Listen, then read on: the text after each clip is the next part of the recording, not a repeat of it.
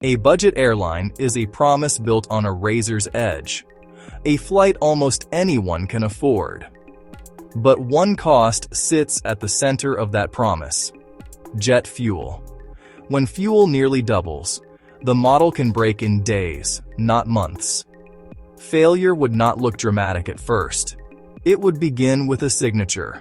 A court order triggers a chain that ripples outward. Travelers, employees, and local economies feel the first tremors. Not all at once, but in accumulating disruptions. Ahead, we map the liquidation mechanics, the thin margin trap, the fuel shock, and the cascading system effects.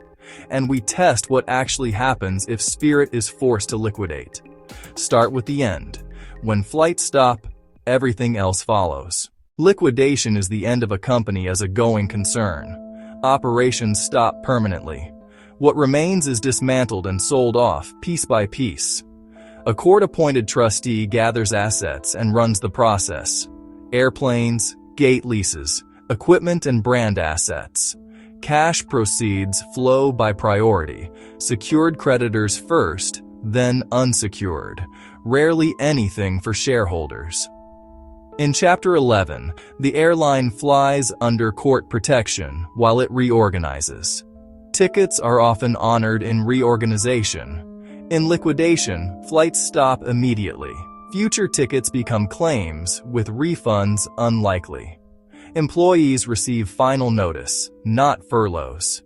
Banks and aircraft lessors are paid before passengers or shareholders. Spirit built around the ultra-low-cost model. Low base fare, fees for extras, an unbundled ticket, carry-ons and seat assignments as ancillaries, single aircraft family to simplify training and maintenance. Thin margins plus high fixed obligations are precarious. A 2026 plan in principle aimed to cut debt from $7.4 billion to $2.1 billion. But the rescue depended on key assumptions, especially fuel. The model works with full planes, quick turns, stable costs. When costs rise or demand dips, cash drains quickly. Recent reorganizations sought time, not an ending, until the math shifted. When a single input spikes, the equation stops balancing. That is the thin line between efficiency and fragility. Restructuring assumed roughly $2.20 per gallon. The market hovered near $4.24. That is nearly a doubling of a top operating cost.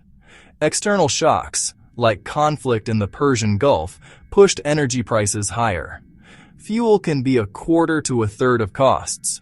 With a spike, it crowds out everything else. Every flight costs more than planned. Cash earmarked for operations and debt goes straight to fuel. Break-even moves beyond what loads and fares can cover. The Chapter 11 premise unravels when assumptions break. Creditors lose faith and push for alternatives. Liquidation becomes the default path to preserve value. Meanwhile, the price shock hits payroll and payables right away. Spirit itself warned that a fuel surge could trigger liquidation, a sudden acute crisis, felt day to day, flight to flight. If this breakdown is helpful, tap like and share how fuel costs should be managed below. Subscribe for more if-verse scenarios. Your ideas shape the next investigation. Upon liquidation, flying stops at once. Scheduled departures are canceled. Flights already airborne typically continue to destination, but there is no return trip. Thousands are suddenly stranded. Future trips become void. Tickets turn into weak claims on a bankrupt estate. Employees receive final notices across the company. Pilots, flight attendants, mechanics, and staff. Jobs end immediately. Dozens of aircraft must be repositioned. They are secured and preserved for sale. Seat capacity vanishes from the market in hours. The shock is direct, personal, and swift, and it becomes the source of all downstream effects. Airports lose landing fees, gate rents, and passenger charges overnight. Smaller airports where Spirit anchored service face budget stress. Staffing and operations adjustments follow quickly. Fuel suppliers become unsecured creditors on unpaid balances. Catering, ground handling, and cleaning contracts evaporate. Local vendors face layoffs tied to lost airline work. Leisure markets like Fort Lauderdale, Orlando, and Las Vegas lose cheap seats. Tourism receipts soften across hotels, rental cars, and attractions. Competitors face a surge of stranded travelers. Short-term capacity crunch drives prices up. Adding service takes aircraft, crews, and gates, none instant. Recovering lost capacity is gradual, not overnight. Until then, the market clears at higher fares. When lenders doubt the plan, lifeline financing evaporates. Cash tightens at the worst moment. Grounded aircraft cut revenue further. A self-reinforcing decline begins. Creditors pivot to asset preservation. They argue value is higher sold today than after more cash burn. In 2008, ATA lost a key charter contract and converted reorganization to liquidation almost overnight. Different trigger, same mechanism.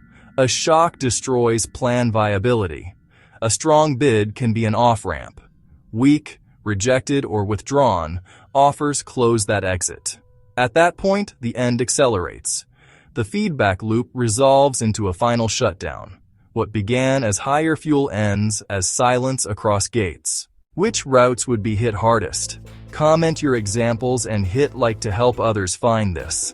Subscribe to If Verse for deeper, mechanism-first stories. Removing a major ultra-low-cost carrier lifts average fares by reducing capacity at the bottom end. With fewer competitors, pricing pressure eases. Assets are absorbed, but not all routes return. Profitable corridors recover. Thinner routes can disappear entirely. For some communities, choice narrows and trips get longer or shift to driving. The lesson is structural. Thin margins deliver access in good times and magnify fragility in bad ones. The real cost shows up later, in higher fares, vanished jobs, and weaker tourism where cheap seats once flowed. What hidden pressure point keeps today's airfares stable, and what breaks it next? What scenario should we explore next? Share your ideas below. You've been watching If Verse, where imagination meets possibility. See you in our next reality.